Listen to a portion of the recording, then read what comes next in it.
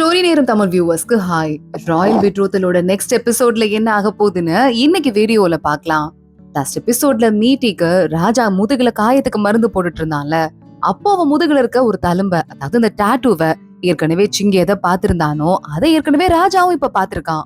அதை பார்த்துட்டு ஷாக் ஆயிட்டு ராஜாவோட மாஸ்டர், அதாவது ஷென்னோட அப்பாவை கூப்பிட்டு பேச்சுவார்த்தை நடத்த, ஷொங்வான் அப்படிங்கிறது இப்போ நம்ம இருக்க ராஜாவோட, அதுக்கும் முன்னாடி ராஜா இருந்திருப்பாங்கல்ல அவங்களோட சிம்பலாம். அந்த குடும்பத்துல குழந்தைங்க பிறந்ததும், அதாவது ராஜ வாரிசு பிறந்ததும் சின்ன டாட்டுவா அவங்க குழந்தைங்களோட முதுகுல அதை போட்டுருவாங்க.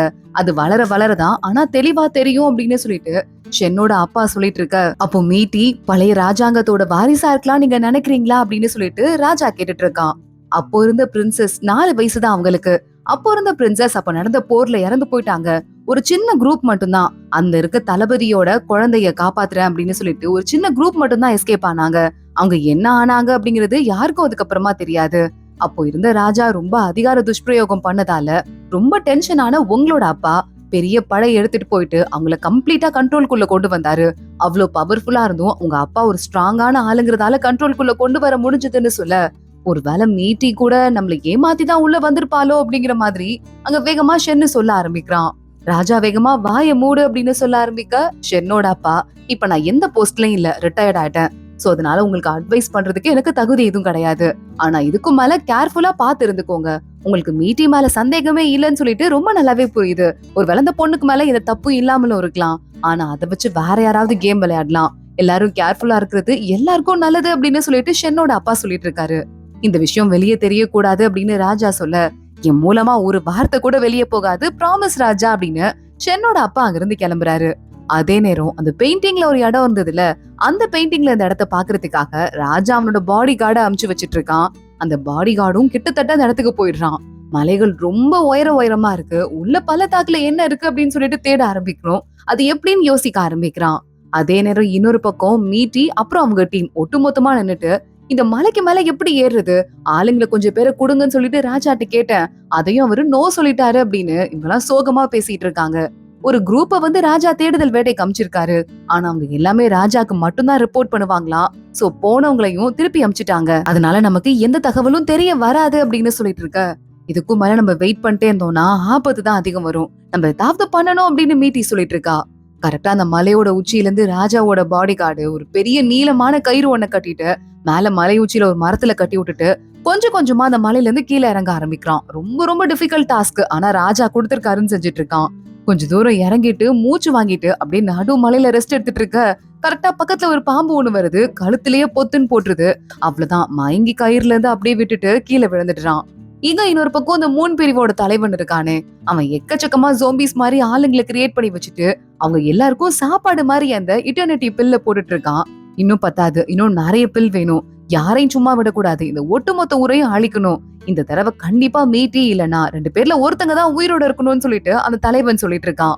கரெக்டா அப்போ அந்த இன்னொரு பிளட் மூன் பிரிவோட தலைவன் இருக்கான்ல, எப்பவுமே மாஸ்க் போட்டிருப்பானே, அவன் அந்த இடத்துக்கு வந்துடுறான்.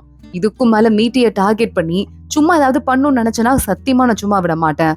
மீட்டிய கொல்லணுங்கிற ஐடியாவை விட்டு, இல்லனா உனக்கும் எனக்கும் பிசினஸே கிடையாது அப்படின்னு சொல்ல, மீட்டிக்கும் உனக்கும் அப்படி என்னதான் ரிலேஷன்ஷிப் இருக்கு, அந்த பொண்ணை கொல்லக்கூடாதுன்னு அவ்வளவு ட்ரை பண்ற, இதுக்கும் மேல உனக்கும் எனக்கும் எந்த பிசினஸும் இல்ல, நானே இதை முடிச்சுக்கிறேன், இந்த மருந்தெல்லாம் எப்படி பண்ணுங்கிறத நானே கண்டுபிடிச்சிட்டேன்னு சொல்லிட்டு இந்த 3 தலைவன் சொல்லிக்கிட்டு இருக்கான். மறுபடியும் விசில் எடுத்து அடிக்க ஆரம்பிக்க ஜோம்பிஸ் எல்லாம் பயங்கரமா கத்திட்டு இருக்கு. பிளட் மூன் தலைவனுக்கு இந்த ரகசியத்தை சொல்லியே கொடுத்திருக்க முடியாதுன்னு தோணும் போல அங்க இருந்து அமைதியா கிளம்பி போயிட்டு இருக்கான். இன்னொரு பக்கம் இந்த ஹோட்டல் மூடி இருக்க பூச்சியோடது, பூச்சியும் மீட்டியும் உள்ள வராங்க. ஏதோ ப்ராப்ளம் நடந்தது இல்ல, நிறைய பேர் இறந்து போயிட்டாங்கல்ல, அதனால ஃபியூ மந்த்ஸ்க்கு இதை க்ளோஸ் பண்ணி வைக்கணும்னு சொல்லிட்டு ரூல் இருக்கான். நான் க்ளோஸ் பண்ணி வச்சிட்டு இருக்கேன்ல, அதுக்குள்ள புதுசா நிறைய சாப்பாடு டிஷ் கண்டுபிடிப்பேன், சூப்பரா மறுபடியும் ஹோட்டல ஸ்டார்ட் பண்ணுவேன் பூச்சி சொல்லிட்டு இருக்கா. நீ எதை பத்தியும் கவலைப்படக்கூடாது, இப்பயும் ஹாப்பியா இருக்கணும். உனக்கு எப்பயாவது பிடிக்கலன்னா சொல்லு, நம்ம இங்க இருந்து போயிடலாம்னு சொல்ல, ஏற்கனவே இந்த 3 தலைவன் ஒன்னதான் குறி வச்சிட்டு இருக்கான். எனக்கு அது நினைக்கும் போதே மனசு கஷ்டமா இருக்குன்னு சொல்ல, அதெல்லாம் பரவாயில்ல பாத்துக்கலாம், ராஜா தான் விசாரிக்கிறதுக்கு ஆள் அனுப்பியிருக்காருலன்னு சொல்லிட்டு மீட்டி அங்க இருந்து கிளம்ப ஆரம்பிக்கிறா. போற வழியிலே சிங்கு வரான். இங்க பாருங்க, பூச்சிக்கு இன்னும் உடம்பு சரியாகல, அதனால இந்த கேண்டில் எல்லாம் வாங்கிட்டு வந்தேன். இந்த கேண்டில் வச்சா மனசுக்கு ரொம்ப அமைதி கிடைக்குமா அதோட வாசத்துல இருந்து, பூச்சி இதை நீ ஏத்திக்கோ அப்படின்னு சொல்லிட்டு ராஜா கிட்ட புதுசாவும் தகவல் போயிருக்கு. ராஜா அவரோட பாடி கார்டை அனுப்பியிருப்பாரு போல அப்படின்னு சொல்லிட்டு சிங்கு சொல்ல ஆரம்பிக்கிறான். அப்போ இந்த கேண்டில் பூச்சிக்கு கிடையாது, ராஜாவை பார்க்க வேண்டிய வேலை இருக்கு, இதை சாக்கா வச்சுட்டு போறேன்னு கேண்டில மீட்டி வாங்கிட்டு அங்க இருந்து கிளம்புறா. ராஜாட்ட நீன்னு பேசிட்டு இருக்கான். நாங்க தேடி ஆள் அனுப்பணும் பாடி கார்ட, ஆனா அவன் கிடைக்கவே இல்ல. அவனோட கத்தி மட்டும் தான் கிடைச்சது. எப்பயும் அவனோட பொருளை எங்கேயும் விட்டுட்டு போற ஆள் கிடையாது. ஒருவேளை ஆபத்துல ஏதாவது மாட்டிருப்பானோ அப்படின்னு நீயன் கேட்க, நீ சீக்கிரமா கூட போ, அவனை கண்டுபிடிக்கிற வழிய பாரு அப்படின்னு சொல்லிட்டு நீயன் அங்க இருந்து ராஜா அனுப்பி வைக்கிறாரு. நீயன் வெளியே வந்துட்டு இருக்கான். ராஜாவோட அசிஸ்டன்ட் அங்க இருந்துட்டு, ராஜா என்னது நீங்களும் கிளம்பி போறீங்களா? அந்த மாதிரி மலைப்பகுதிக்கு ஆபத்தான இடத்துக்கு நீங்க போனீங்கன்னா நீயன் உன் கத்திய கொடுத்திருப்பா, நானே எனக்கு குத்திட்டு செத்து போயிடுறேன்னு சொல்லிட்டு இருக்காரு. நீயன் கத்திய குடுக்குறான். ஏன்பா நீ வேற தேவையில்லாத நேரத்துல இப்படி பண்ணிட்டு இருக்க? ராஜாக்கு உடம்பு எதுவும் சரியாம போயிட போகுது, இந்த மருந்து கொடுக்குறேன், அதை போய் கொடுன்னு சொல்லிட்டு அழுதுட்டே அவர் அங்க இருந்து கிளம்பி போயிடுறாரு. மருந்தோட அடுத்த ஆள் உள்ள வர, டிஸ்டர்ப் பண்ணாதீங்கன்னு சொன்னலன்னு சொல்லிட்டு ராஜா கத்திட்டு இருக்கான். ஆனா இந்த தடவை வந்திருக்கிறது நம்ம மீட்டி தான். நான் வரது உங்களுக்கு அவ்வளவு டிஸ்டர்பிங்கா இருக்கா என்ன? அதுக்குதான் இந்த கேண்டில் கொண்டு வந்திருக்கேன். இது இருந்ததுன்னா மென்டலி ஒரு பெரிய அமைதி கிடைக்குமான்னு சொல்ல, சத்தியமா இந்த கேண்டில் கொடுக்கறதுக்காகலாம் நீ வந்திருக்க மாட்ட. என்ன விஷயம் அப்படின்னு சொல்லிட்டு ராஜா கேட்டுட்டு இருக்கான். உடனே அதுவா, நான் எனக்கு எக்ஸ்ட்ராவா ஆள் வேணும்னு சொல்லிட்டு கேட்டேன், நீங்க இன்னும் ஓகேவே சொல்லலன்னு மீட்டி கேட்டுட்டு இருக்கா. மீட்டி முதுகுல இருக்க அதே டாட்டூவை காட்டி, இந்த டாட்டூ பத்தி உனக்கு தெரியுமான்னு சொல்லிட்டு நம்ம ராஜா கேட்க, இது பத்தி எனக்கு தெரியாது, இது என்னதுன்னு சொல்லிட்டு கேட்டுட்டு இருக்கா. இதுக்கு முன்னாடி இருந்த கிங்டமோட அவங்க பரம்பரை டாட்டூ இது. இவங்க மீறி பரம்பரைய நான் என்ன பண்ணணும், அவங்களை எப்படி ஹேண்டில் பண்ணணும்னு எனக்கு ஏதாவது ஐடியா இருக்கான்னு ராஜா கேட்க, அப்படியா, எனக்கு அவங்கள பத்தி புக்ஸ்ல மட்டும் தான் படிச்சிருக்கேன், வேற எதுவும் தெரியாது. சோ இத பத்தி கருத்து சொல்றதுக்கு எனக்கு எதுவும் கிடையாதுன்னு சொல்லிட்டு மீட்டி சொல்லிட்டு இருக்கா. அவன் முதுகுல இப்படி ஒரு டாட்டூ இருக்கதே அவளுக்கு அவ்வளவா தெரியாது போல. சரி ஓகே, எனக்கு உன்னை பத்தி தான் ஆனா கவலையா இருக்கு. அந்த 3 பிரிவோட தலைவன், நீ போனா உன்னை அட்டாக் பண்ணுவான். சரி கொஞ்சமாவது ஒளிஞ்சிரன்னு சொல்ல, அப்பெல்லாம் ஒளிஞ்சிருக்க முடியாது, நான் டைரக்டா போகணும். ராஜா என் மேல பயமா இருந்ததுன்னா எனக்கு பாதுகாப்புக்கு ஆளுங்களை அனுப்புங்க, பட் ப்ளீஸ் என்ன அடக்கி மட்டும் வைக்காதீங்கன்னு சொல்ல, சரி ஓகே, அப்ப இந்த தடவை கண்டிப்பா உன்னை தனியா அனுப்ப போறது இல்ல, நானும் உன் கூட வருவேன் அப்படின்னு சொல்லிட்டு ராஜா சொல்லிட்டு இருக்கான். இங்க ராஜாவோட பாடி கார்டு மாலையில இருந்து விழுந்தான்ல, கண்ணு முழிச்சு பாக்குறான். பார்த்தா அது ஒரு வீட்டுல படுத்திருக்கான். திரும்பி பார்த்தா அழகா ஒரு பொண்ணு பக்கத்துல இருந்துட்டு இருக்கா. அவ பேரு ஆலா. ஆலா பூவெல்லாம் கட்டிட்டு, ஏய் ஏஞ்சிட்டியா, நல்லா இருக்கியான்னு சொல்லிட்டு வேகமா போய் அவன் நெஞ்சு மேல சாஞ்சுக்கிறா. அசையாத இதய துடிப்பு எப்படி இருக்குன்னு பார்த்து அதை வச்சுதான் அவன் உடம்பு நல்லா இருக்கான்னு என்னால கண்டுபிடிக்க முடியும், கொஞ்சம் வெயிட் பண்ணுன்னு சொல்ல, ஆலா வேற ரொம்ப அழகா இருக்காளா, எனக்கு ஒரு மாதிரி படபடப்பா இருக்கு.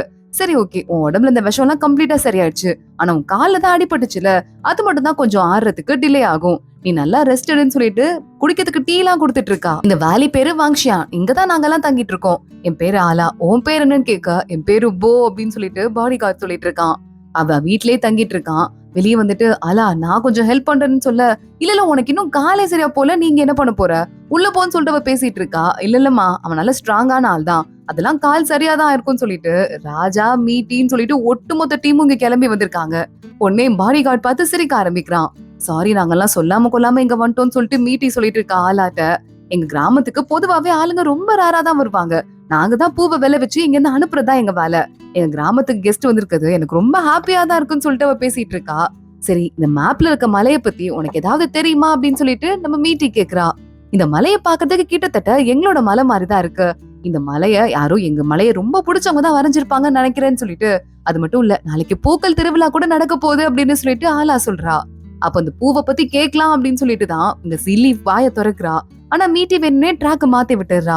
நான் கொஞ்சம் வெளியே போயிட்டு வரேன்னு சொல்லிட்டு ஆளா அங்க இருந்து கிளம்ப, எதனால, அந்த பூவை பத்தி தானே கேட்க வந்தேன், என் டாபிக்க மாத்திட்டீங்க அப்படின்னு ஜில்லி கேட்க, இல்ல பரவாயில்ல, இப்பதான் அந்த பொண்ணு கிட்ட பேச ஆரம்பிச்சிருக்கோம், அவ எப்படிப்பட்டவன் தெரிஞ்சுக்கிறதுக்கு நம்ம ஒரு நைட்டாவது டைம் கொடுக்கலாம், அதுக்கப்புறமா பாத்துக்கலாம் அப்படின்னு மீட்டி சொல்றா. ஜில்லிக்கும் அதான் கரெக்ட்னு தோணுதிட்டு இருக்கு. சரி ஓகே, நாளைக்கு இந்த பூ எங்க கிடைக்குதுன்னு ஆளுக்கு பிரிஞ்சு தேடலாம், ரெண்டு பேரா போலாம் அப்படின்னு சொல்ல, ஆளா நான் வந்துட்டு யார் கூட தெரியுமா போவேன், நான் கண்டிப்பா ஜில்லி கூட தான் போவேன் அப்படின்னு நீயன் வந்துடுறான். ஏன் தங்கச்சி கூட நீ போவியா, சரி எனக்கு வேற வழியே இல்ல, போனா போது, நான் வந்து பூச்சி கூட போறேன்னு சொல்ல, அப்படி ஒண்ணும் நீ வரணும்னு அவசியம் கிடையாதுன்னு பூச்சி சொல்லிட்டு இருக்கா. நான் வந்து அப்படியா சொன்னேன், அப்படி உன் காதுல விழுந்துதா, பூச்சியை விட்டா வேற யார் கூடயும் போக மாட்டேன்னு தானே சொன்னேன், உன் காதுல தப்பா விழுந்துருச்சு போல அப்படின்னு சொல்லிட்டு அவகிட்ட பயங்கரமா கிண்டல் பண்ணிட்டு இருக்கான் ஷென்னு. அடுத்து அப்போ மீட்டி கூட நான் தான் போவேன் அப்படின்னு சிங்கு சொல்ல வரான். உனக்கு அந்த அளவுக்கு சண்டை திறமை பத்தாது, நானும் மீட்டியும் கிளம்புறோம், நீங்க இருந்து மத்தவங்க எல்லாம் பாத்துக்கோன்னு சொல்லிட்டு ராஜா சிங்க அங்கேயே உட்கார வச்சுட்டு அடுத்த நாள் காலைல மீட்டியோட கிளம்பிடுறான்.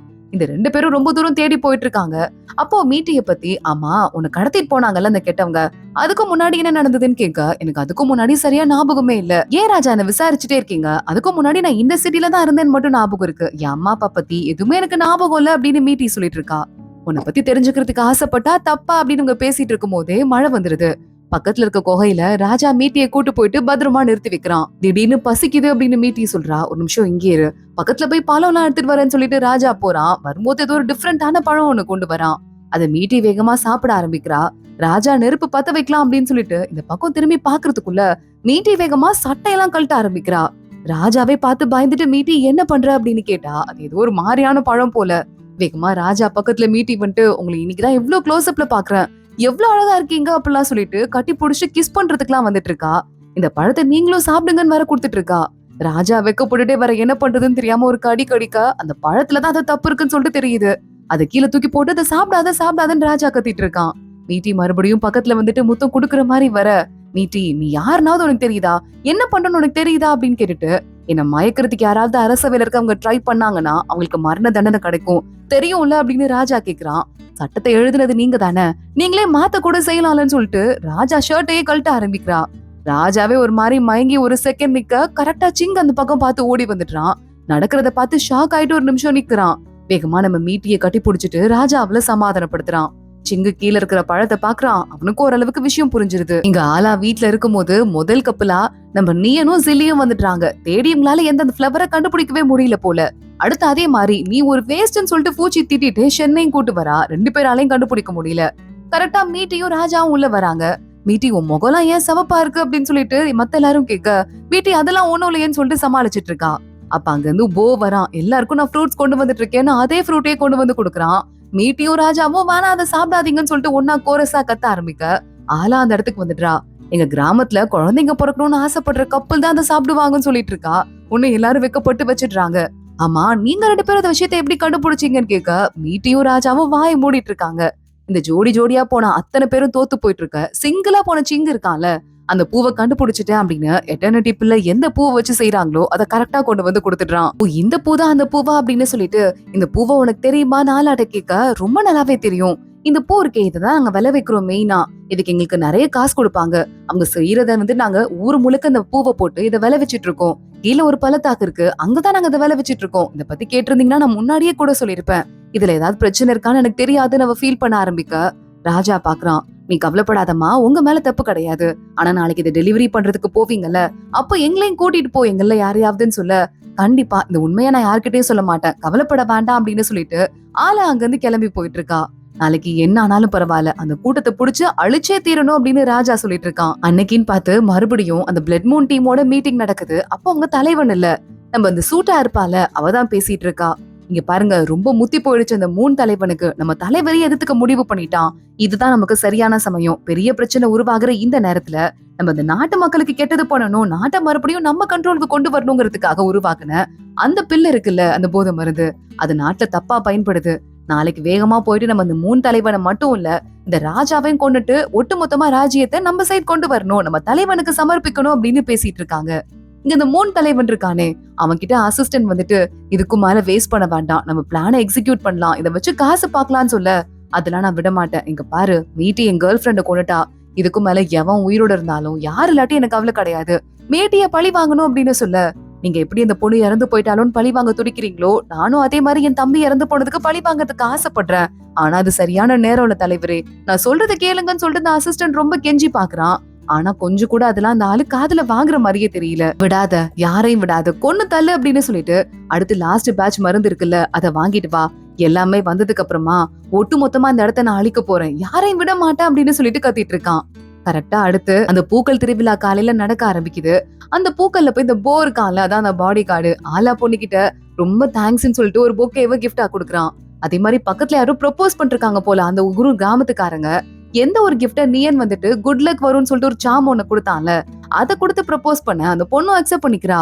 வேகமா அதை பார்த்து ஷாக் ஆயிட்டு ஜில்லி அதை என்ன கொடுத்தான்னு கேட்க, அது எங்க ஊரோட லவ் டோக்கன்னு சொன்னதும் ஜில்லி பயங்கரமா ஷாக் ஆயிடுறா. நீயன் பக்கத்துல வரான். அந்த டோக்கன் மட்டும் இல்ல, இந்த பூவை உனக்காக தான் அப்படின்னு கொடுத்துட்டு இருக்கான்.